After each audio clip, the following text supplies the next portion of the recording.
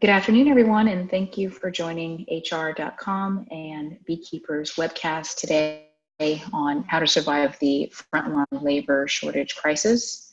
My name is Jodi Beaubien. I am a SHRM-Certified professional, worked in crisis communications for over 15 years, and I'm currently a crisis communication executive with Symantec, which is a cybersecurity institution, if you will. I've also worked for city planning boards and the city of New York during 9/11, which was sort of my introduction to crisis communication by rapid fire. Again, I want to thank everyone for joining us. If you have any questions while we are going through this presentation, please feel free to use your Q&A tab. And we'll go ahead and get started here with the next slide. So let's talk about the challenge and the problem a little bit. In the United States, as we know it, there is a labor shortage.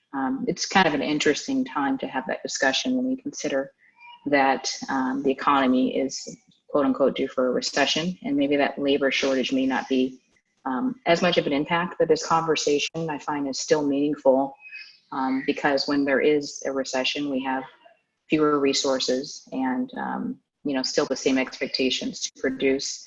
And as a hiring manager or someone that's responsible to continue to facilitate that process, labor shortage, whether there's an unemployment rate high or low, the gig economy is offering workers more flexibility, and there are more open jobs than people are actually looking for.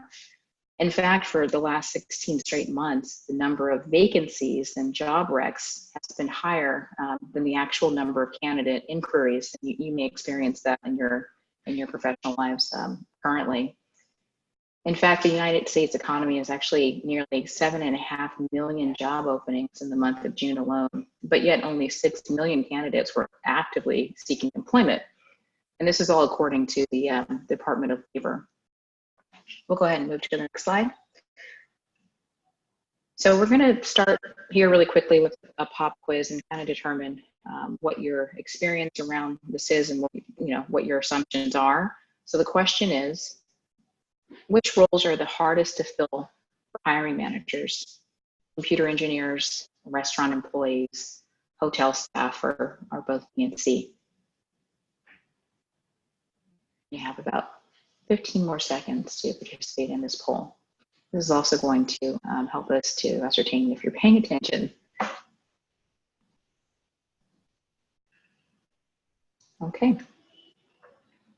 The results are, most of you said B and C, and that's about 50%, and 45% assumed that it was computer engineers, but it's actually B and C. And that's sort of the reason why we're having this conversation today. One of the challenges is that the hardest roles to fill are those that don't actually have college degrees. They're your home health care providers, your restaurant workers, hotel staff, basically frontline employees. And workers in hospitality in particular are quitting at a higher rate. There's a much higher turnover than in any other industry.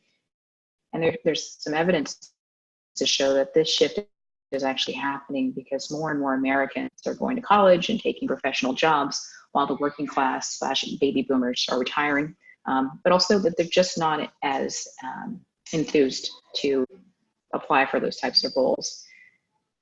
We'll go to the next slide here. So let's talk about the problem a little bit in more detail, the labor shortage in itself. There's some stats on your screen from the conference board that talks about the percentage shifts in blue collar workforce shrinking. Now, this bar chart is indicating that those individuals that have a bachelor's degree or higher, that workforce is actually stabilized. And the challenge really is below a BA. We're going to see a shift, a tremendous shift actually in the next 15 to 20 years. It's happening right now where there are fewer and fewer a pool of candidates within that particular realm that do not have a bachelor's degree. In fact, just last year, I do a lot of consulting work, and just last year, a hotel management company was opening up a new Homewood Suites in Salt Lake City, and the company posted job openings for housekeepers. They didn't get a single applicant. And while we know that that is a very transient workforce environment, the fact that they didn't get an applicant is not a rarity. It's just a very competitive workforce, especially now that it's becoming an employee's market. We'll go to the next slide. So now that we've kind of isolated the problem and the challenge, whether it be a shrinking workforce or a recession that is looming, retention is more important than ever. We've talked about employee engagement over the last 5 years or so. I'd say that's a buzzword of this decade. But the shrinking hourly workforce is the problem, and the antidote is really employee retention. So when we can't control the pool of candidates that are applying for jobs and the turnover, we can control how the employees' experience is. And this isn't a webinar about the employee experience, but it's really about how do we use what we have to ensure that the lifespan of an employee is efficient and evolving. So one of the points that we all are familiar with is the cost of hiring an employee. There's some stats around there. I mean, they kind of shift between $10,000 and $15,000 between training, recruiting, insurance, and so forth, and replacing that potential employee. So according to workplace health surveys, 70% of the respondents who participated were either actively looking for a new job while they were employed, or they were thinking about it, always sort of on hiring mode or in transit.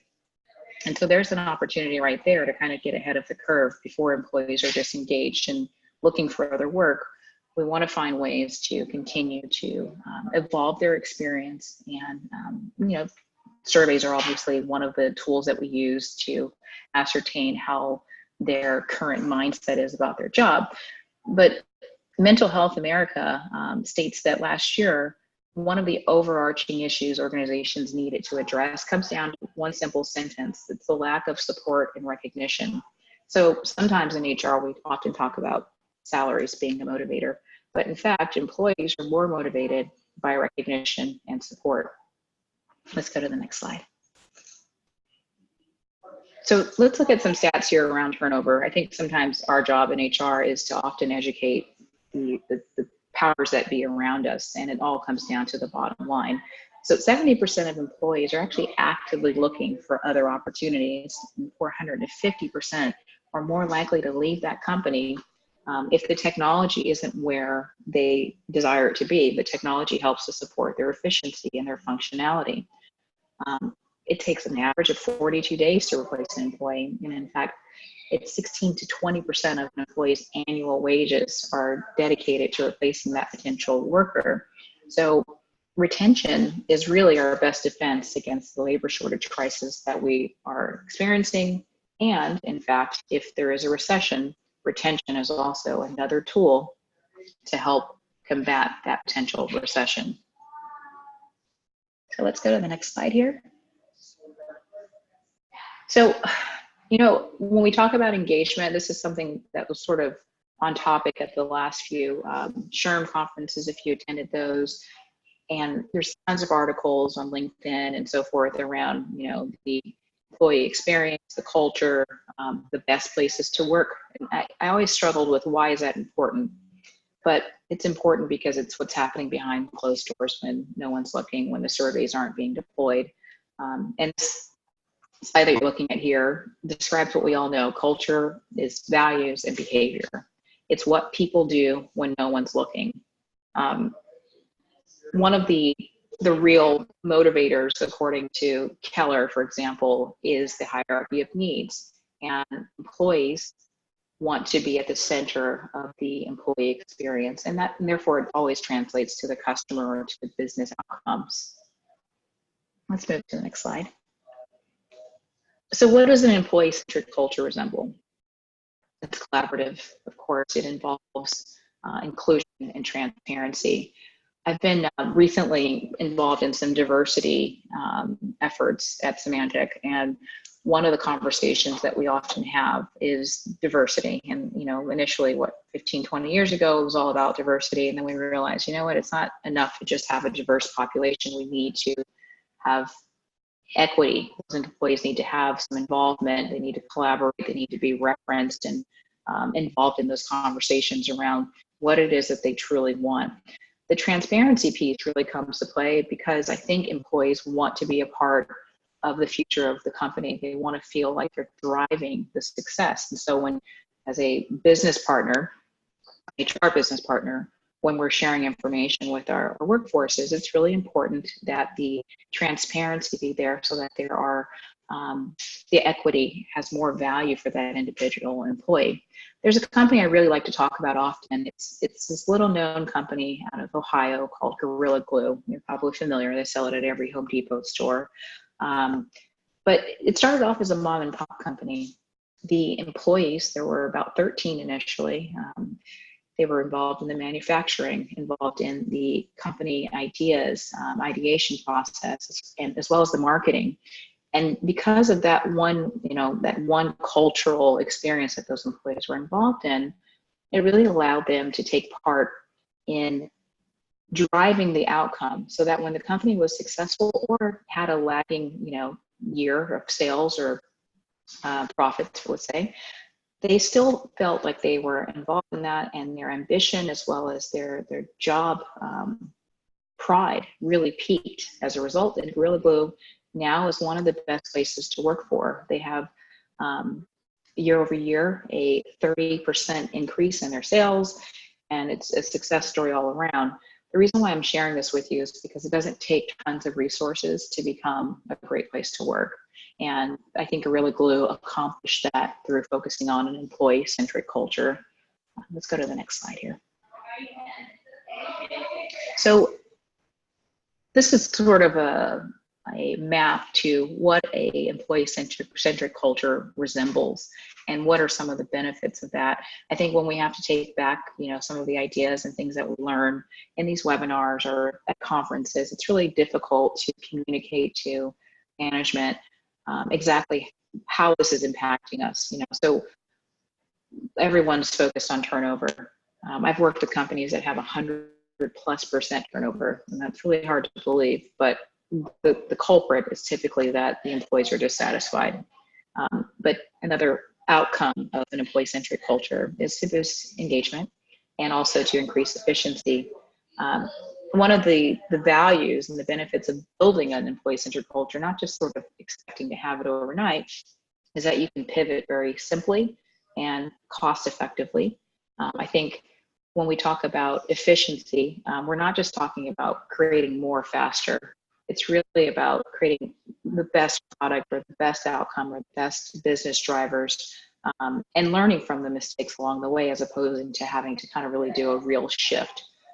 So this is something that we often speak to with regard to culture.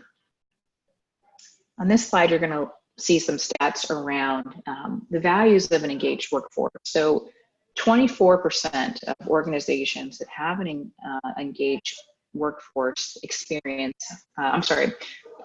engaged workforces have 24% less turnover. Additionally, you're going to see a decline in absenteeism, which we all know is a very costly outcome of a disengaged employee. Additionally, productivity shifts. And lastly, you'll see less reports of safety incidents, which is also has an impact on productivity. These are results that were sourced from Gallup, but I think it's something that's very palpable in any environment. You can see just a lot more efficiency, and the process just seems to flow a lot more when employees are actually present. Working with a sense of purpose helps to boost employee motivation, productivity, morale, and their overall job satisfaction. I used to shop at Whole Foods when it first opened, and I remember, noticing one of the major differences in that grocery store versus a major retail outlet was that the employees, even the cashiers, seemed happy. And I found out years later that they have stock in the company. Now, you may not have the capability of offering stock or shares to your employees, but the idea can be the same, that there's something in it for everyone, and it's beyond just them receiving a paycheck at the end of the day. So these are all, again, ideas to help combat and work against the looming, shrinking labor workforce.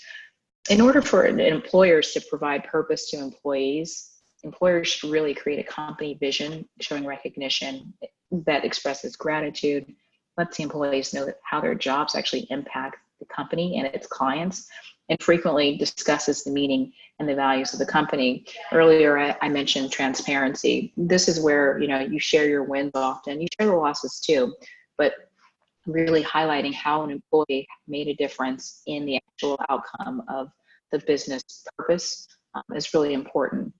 There's some ways in which we deliver that, and we'll get to that in a moment. I know I've painted this really pretty picture of what an engaged workforce looks like. We're going to start to move into how to actually accomplish some of that. So on the next slide, there's a stat around, what the cost of an actual disengaged employee looks like.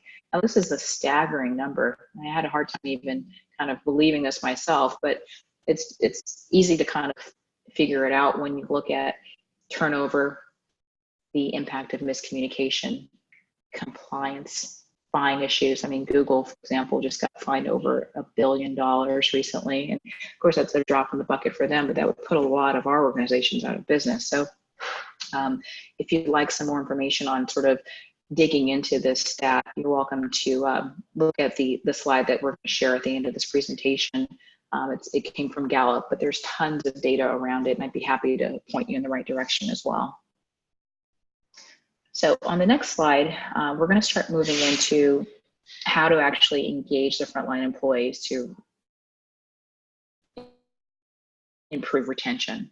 Now, retention can mean a lot of things. It can mean, how do you retain the active workforce? How do you retain your seasonal employees that you want them to return year over year? I know we work with some ski resorts, for example, that have a seasonal workforce, and it's very difficult to find them in the first place. They're typically on I-9 or K-1 passes. So the idea is, how do we get these employees to want to come back?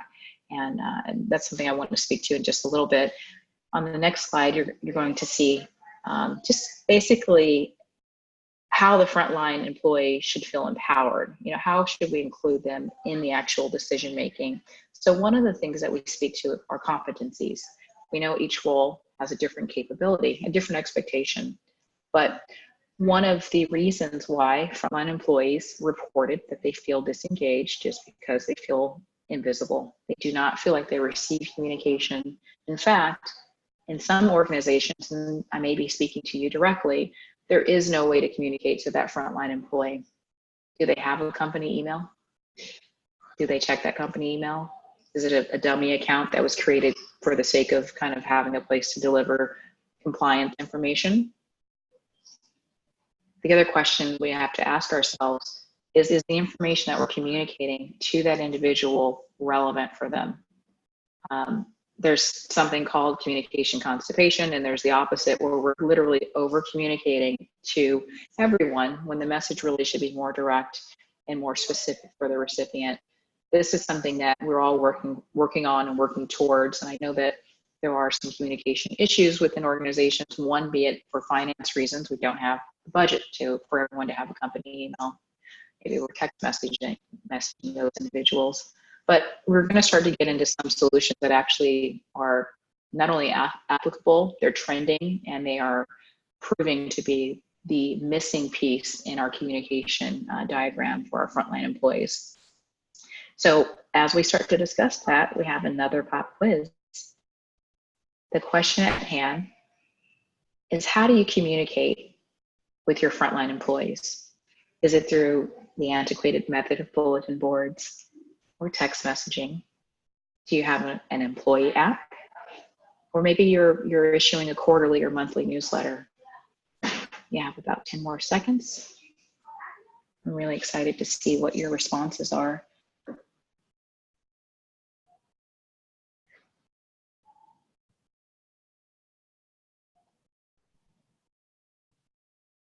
Okay, so 80%, nearly 80% of us are using company newsletters. Now, I know there's a lot of folks that are typically involved in the newsletter creation from HR, so that's not a surprising stat, but I am surprised to see that only 14% of today's participants have an employee app. The most dangerous of these is the text messaging piece. There's 30% of us that are relying upon text messaging to communicate with that frontline. So we'll go ahead and close that poll out, and we're going to start to talk about some solutions here.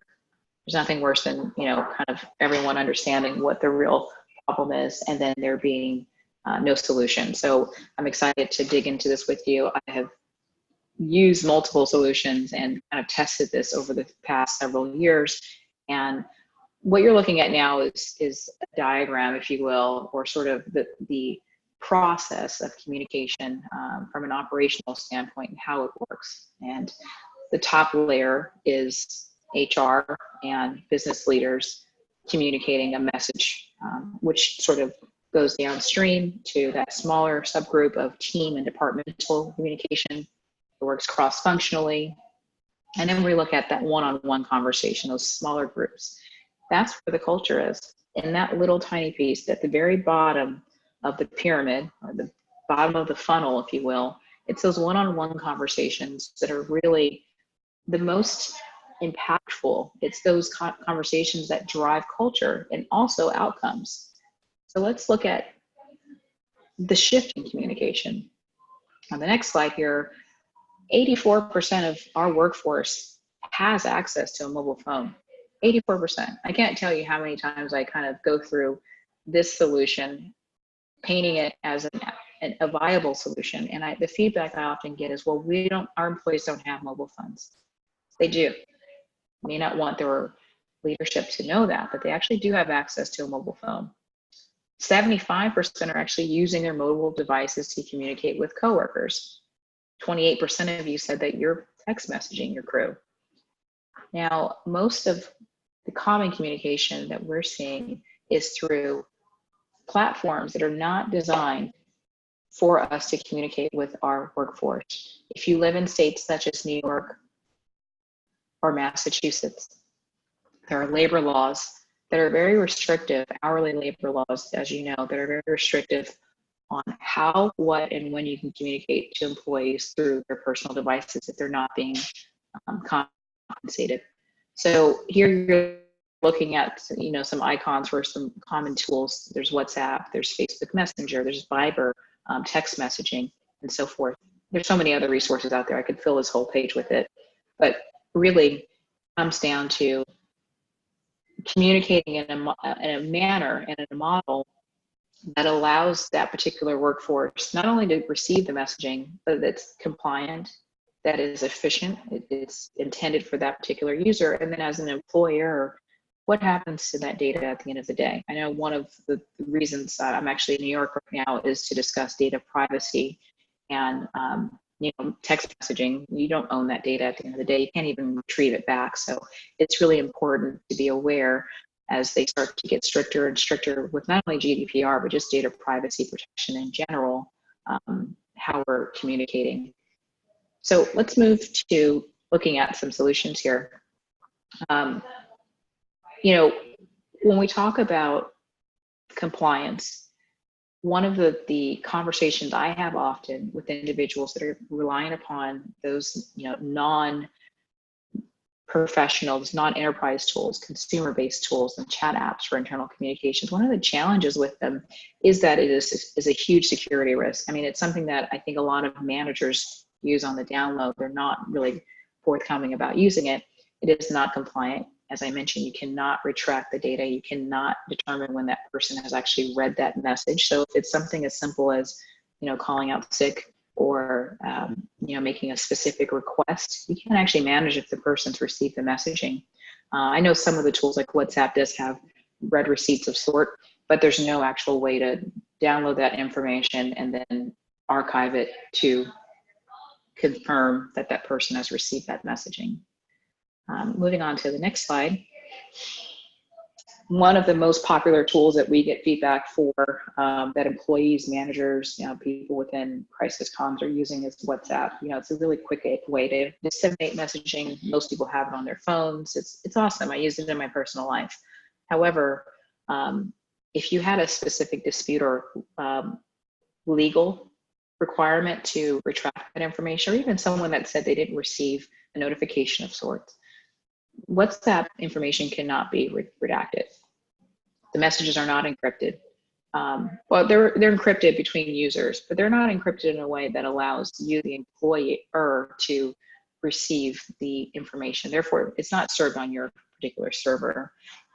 You can delete information. So the conversation took place and the actual users, one of the two participants, whether it's a conversation around, performance approval, you can actually delete that message, the recipient can, and therefore you wouldn't have access to a log there. This also talks through screenshots. That's something that you don't really know that they've been tampered with. Screenshots can actually be altered. There's plenty of apps out there that can make the conversation look a little bit more robust than it actually was. One of the things that we talked through, or we have been talking through these last couple of years, is GDPR compliance. And the information on WhatsApp is not GDPR compliant. The history of those conversations can actually be leaked and therefore cause a data breach. And that's the industry that I work in now. So I'm very familiar with how this information can be misused. If you have a DPA agreement, there's no access to receiving any conversations that have taken place on WhatsApp. And I can go on and on. Obviously, I have it up for WhatsApp. I've seen some litigation come through recently as well that involved WhatsApp, and not being able, the data privacy officer wasn't able to retrieve information from that because it was housed on that employee's personal device on a tool that they downloaded on their own versus a company mobile messaging tool. The last thing I'll point to are the fines. So you'll see in pink at the bottom of your screen, this is staggering. But because WhatsApp is not GDPR compliant, it can actually lead to fines up to 20 million euros. And depending on the exchange rate, that's still a lot of money, which is basically up to 4% of the annual global turnover, whichever is higher. And again, all this information, stats around it, and some research will be supported in the file that you receive after the presentation today. So moving on, how do we actually build a mobile-first communication strategy? This is my favorite part of this conversation. It really points to one thing. There's 6 bullet points here, but honestly, it's all about employee recognition. This is how you start to open that window and get their attention. Employees, yes, they do need to receive their schedules. They do need to have, compliance information or any type of corporate communications that come through. But how do you actually get them to pay attention to it? Those of us that work really hard on newsletters, we know that a lot of the articles are not read. But once you recognize an employee for something as simple as a work anniversary, a birthday, an accomplishment, however they've impacted the organization, they're going to start to take notice. And we all know gamification is one of those ways that we can recognize employees. The mobile first strategy also allows you to reach employees without a company email. So resources are thin, right? Even during a time of a surplus, a strong economy, I feel like HR always has a limited budget. And so one of the challenges, is do more with less. So with the mobile first strategy, you can also employees at a fraction of the cost that it would be for a company email. One of the real big conversations that we're having is how do we communicate across generations? We know that some of our senior employees, senior team members may not really be into social media communication or mobile communication, but with a mobile first strategy that incorporates that recognition, the need to know information, and then of course, ease and efficiency, mirroring the way that these employees communicate in their everyday lives, you're actually going to reach everyone. One of the pieces I just spoke through about WhatsApp is that you can't determine when someone's read the message. As I mentioned, there are check marks, but sometimes that can actually be a little off. There's some data to show that it's not actually accurate at all times. So read receipts, that's something that I really enjoy about mobile first strategy. The other idea is that we can segment the communication. So we want to make sure that the messaging that we're sending to our employees, again, to increase engagement, to increase, them paying attention to the messaging, is that it's for them. And I just lastly want to point out that the benefit of really focusing on and targeting communication to your workforce is that they feel heard. They feel like they're a part of the conversation. There's nothing worse than a to all email or a to all message, and it has no relevance for you. You start to kind of ignore or mute that particular sender. I'm guilty of that myself. So I have a mailbox where things go because I know that that sender is not sending me something relevant for me, and I'm certain that that also impacts our frontline employees. On this next slide, one of the first pieces of feedback that you may even have is that we don't allow cell phones in our organization. Well, I think a policy would help to create some rules and some boundaries around your BYOD, bring your own device policy. And so it kind of isolates when, where, and how employees can use their mobile devices. The same rules would apply a lot of times, or if it's a frontline staff, you're asking them to leave it in their locker, for example. If you're in hospitality, it's never in front of guests. There are certain policies that are available and on the web that you can mirror that have permitted employees to bring their devices, their personally owned devices to work. One of the challenges, again, is, how do we implement this policy? Well, it takes time, but employees are using their phones, whether you know it or not. Some of your employees may be parents, some may have medical conditions and so forth, or circumstances that require them to use their device. We're all adults, so the idea is to provide a policy that's very clear-cut and direct, and have them acknowledge that policy in the mobile app or the mobile tool that you use. There's ways of doing that, delivering that message, confirming that they've received it, and then again, confirming that they have acknowledged it and they agree to abide by it. So what we want to move on to here is basically some tips on how do you actually implement this policy without coming across like the Iron Curtain. Again, it's communicating what is acceptable and what isn't. I think there's definitely needs to be some sort of security policy, whether it be, stating that employees' devices that are lost on the job will not be replaced. I mean, it's something very simple, but it needs to be stated sometimes. And it may be helpful for management to kind of have some ownership over how this policy will work. And then lastly, it's basically, in the event that employees are separated from the organization, what is the protocol? What is going to happen with this device or this particular mobile app that you've set forth? And usually the best apps that are out there that I've used, they typically are no longer available for the employee. They won't have access to it when they're termed because it would be something that links with your Active Directory. Okay.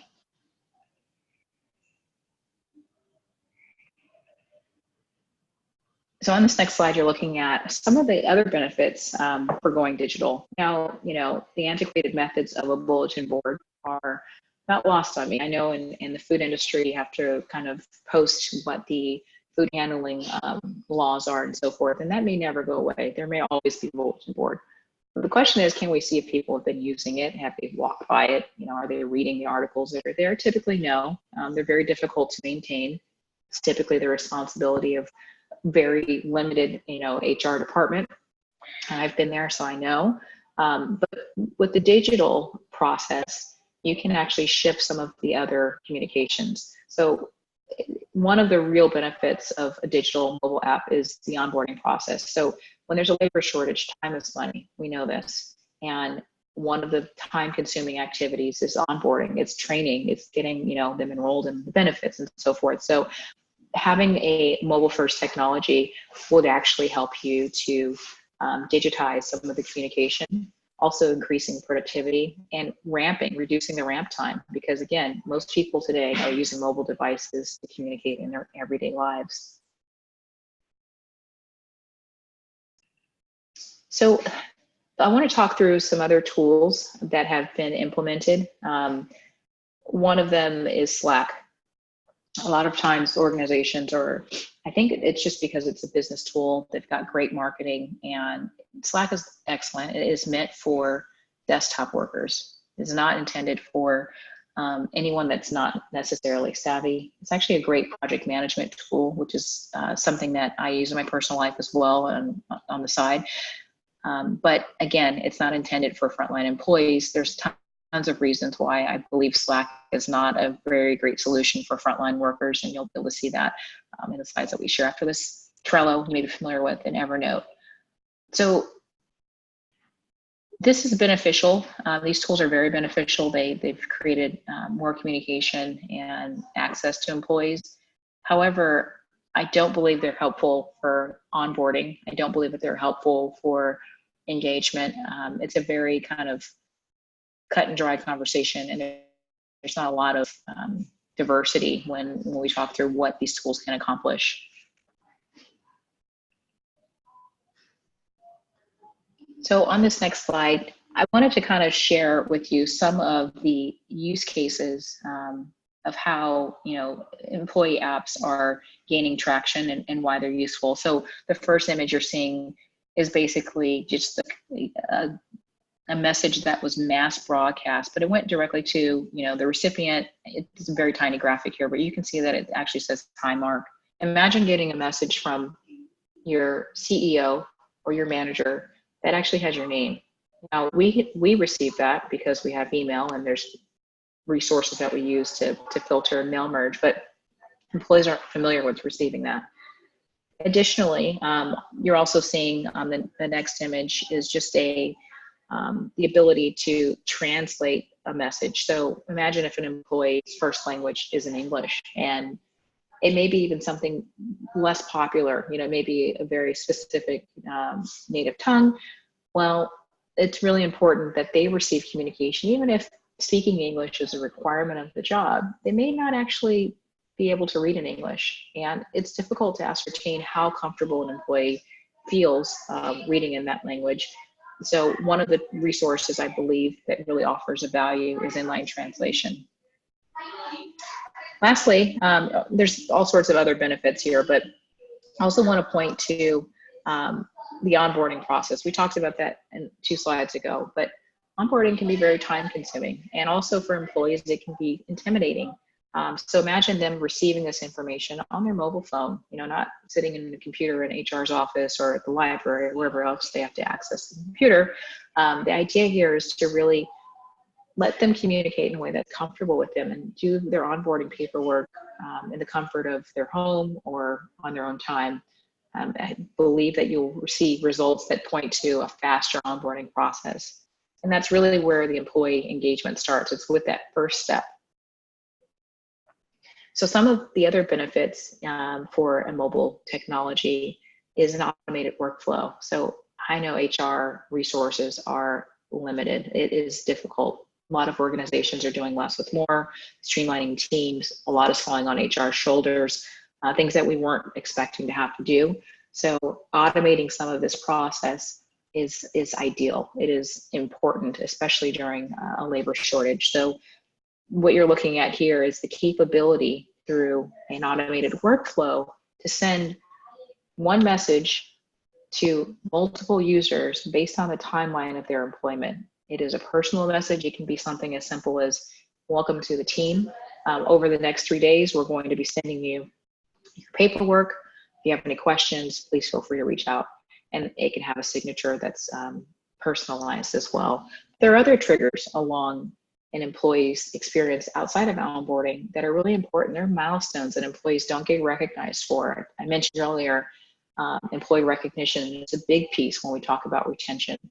And I think through automated workflows, this solves the problem of being in 2 places at once. Now, these triggers are automated, so it's based on someone's hire date. It's based on accomplishments. It's based on activities. Maybe they've participated in this mobile app, you know, liked or commented on other posts and so forth, and you want to recognize them, but you can't because you don't have the capability, the time really. So through these automated workflows, we can accomplish that in a very personalized manner, yet again, it's going out to hundreds, if not thousands of employees at the same time. Moving on, I talked earlier through, being able to determine if an employee is blocked by a bulletin board, seeing that message and acknowledge, yes, I understand, I received this, I will be happy to attend this training, or it's great to know that, Jonathan is celebrating a birthday and whatnot. But more importantly, what about those trainings that we have around our behavioral policies? There are certain things that have happened in the last 5 years that have increased the level and the quantity of trainings that employees have to endure, specifically around sexual encounters as well as behavior and etiquette. So for compliance reasons, there often needs to be an acknowledgement. I hate to bring it so seriously, but it could also be something, if you're in the food handling business, maybe there's something brought on by the FDA that needs to be acknowledged. So here you're looking at a confirmation campaign. These are great. So not only is the employee receiving the information, they're confirming that they've read it, and then there's the ability to archive that data so that you can determine if you need access to it at a later date. You're not having a filing cabinet. This is just a digital archive. It's stored in the cloud somewhere. But it's also really great because the acknowledgement starts to create some accountability. If you're asking an employee to participate in something or to alter a certain behavior, this is one of those ways of getting in front of them. Maybe you need their employee, their emergency contact information. I know during Hurricane Harvey, confirmation campaigns were used to confirm if an employee was safe or if they could work their next shift. So this, again, is a way of reaching them where they are. If they don't have a company email, they're not checking that email, it's very difficult to get around that. Also, what you're seeing on that desktop image is a calendar. So scheduling these communications in advance is very helpful. And I think, one of the reasons why this even works is because oftentimes we're expected to be in two places at once. And this allows us to sort of get that messaging out, schedule it in advance, and kind of walk away from it. Inline translation. So I can't point to how many times this could come in handy or could have come in handy. I mentioned earlier, I worked with the city of New York during 9/11. One of the biggest fumbles that we made during that time was not being able to communicate across I think there were 400 languages, major languages that were recognized and registered on the city dwellers.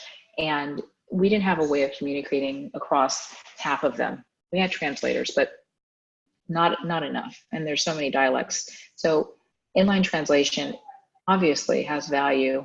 Employees need to be able to read in their native tongue. And so mobile technology or mobile communication technology provides them the ability to communicate in a language that they're not only familiar, but you can also document that. So you can see on the back end what languages your employees speak so that for the compliant information that you're posting on your bulletin boards, or maybe the newsletter, you want to have more participants, more readers, more engagement.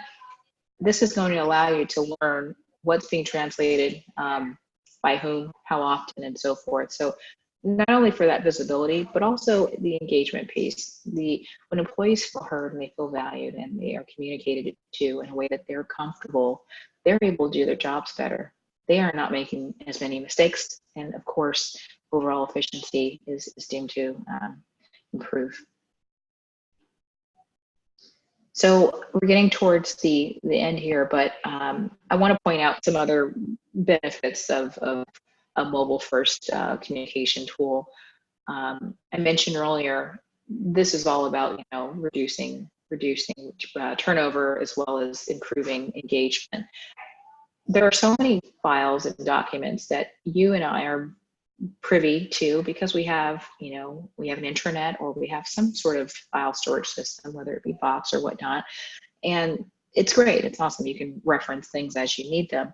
But there are documents that employees receive on their very first day that someone spent a lot of time putting together, whether it's a Q&A, an FAQ form, or some sort of training manual. If it's a hard copy, that is used as a coaster. But the idea behind a resource library, it's sort of like a digital filing cabinet where an employee, based on who that employee is, So this would be unique for every single individual. They have access to documents that just make their jobs easier. Think about schedules. I consulted a restaurant a few years back, and their employees actually had to go to the restaurant. This is a large chain, very well known, Fortune 500 chain. And their employees had to physically go to the restaurant to receive their schedule. I was appalled by that. I think that that is something that would fatigue anyone, and their turnover mirrored that kind of activity as well.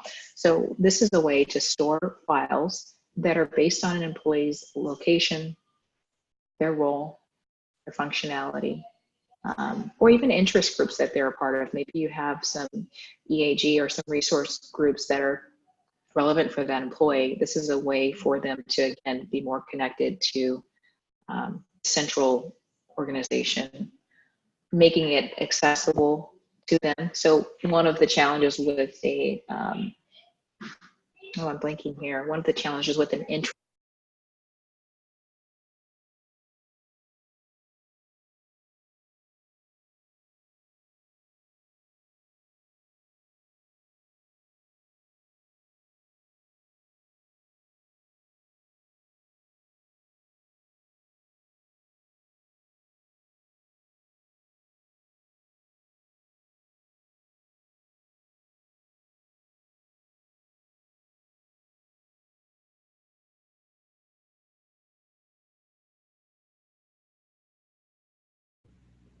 Hi, everyone. Sorry for the interruption.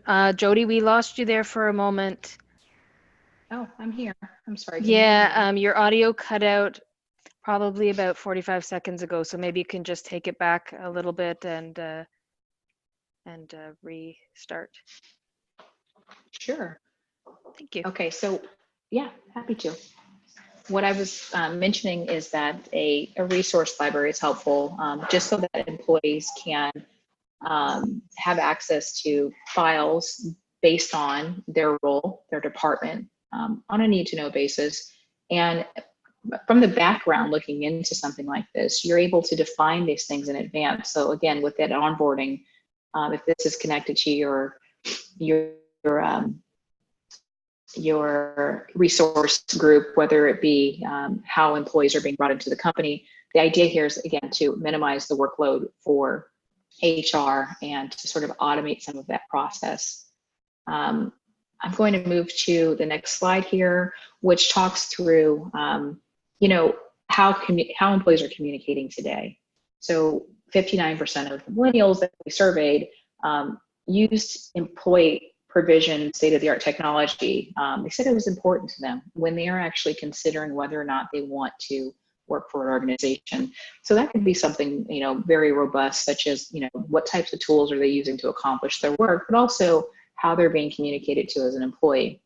Not every company is a tech company and has access to, state-of-the-art technology, but the idea is the first means of communication, the first sort of way we lend to an impression is how we're communicating to that potential employee.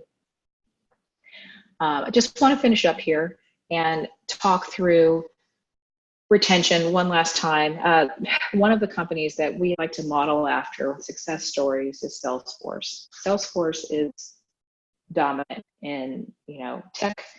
They basically provide a CRM platform for organizations that are in sales that want to monitor their customers and so forth. But one of the things that Salesforce is known for is pivoting and focusing on rewarding their employees. So the reason why I even mentioned Salesforce is because their growth model is off the chain. It's just been tremendous over the last 10 years. They've become a conglomerate, if you will. But their very core of their value is focusing on employees. And one of the ways that they have been able to accomplish this is through retention and training. But you can't do that. You can't do any of that without an engaged workforce. So the very first ingredient there really is communication. I wanted to thank all of you for participating today. I hope that you learned something about this technology. It's nothing new. In fact, it's something that's been available to multiple organizations over the years.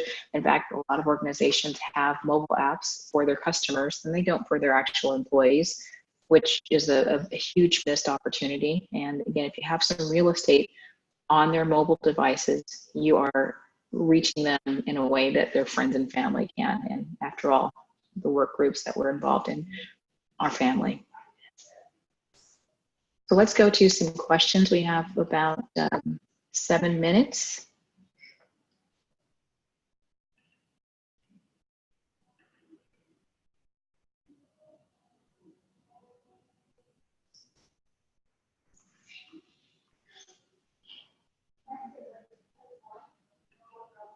The question is, how do you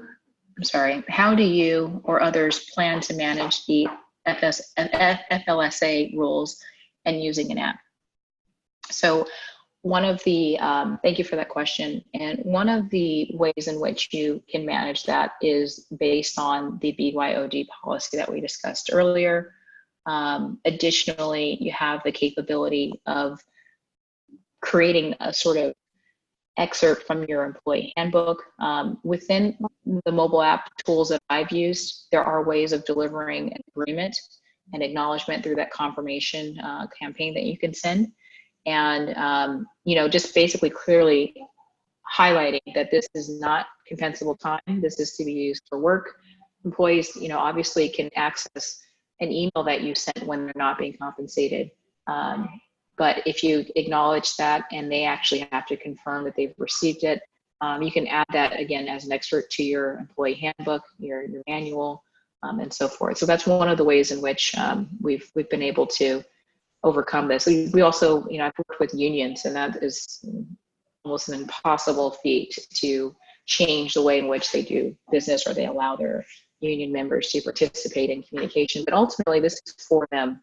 So getting buy-in from employees, having them be a part of, what types of messaging we're communicating, I think we're beginning to see a shift in communication. And in fact, if you were to text message someone, that is obviously not a compliant way of communicating. It would be a violation of the FLSA. So I think it's just important to kind of realize, how do we reduce the risk and how do we control the ways in which we're communicating at that front line.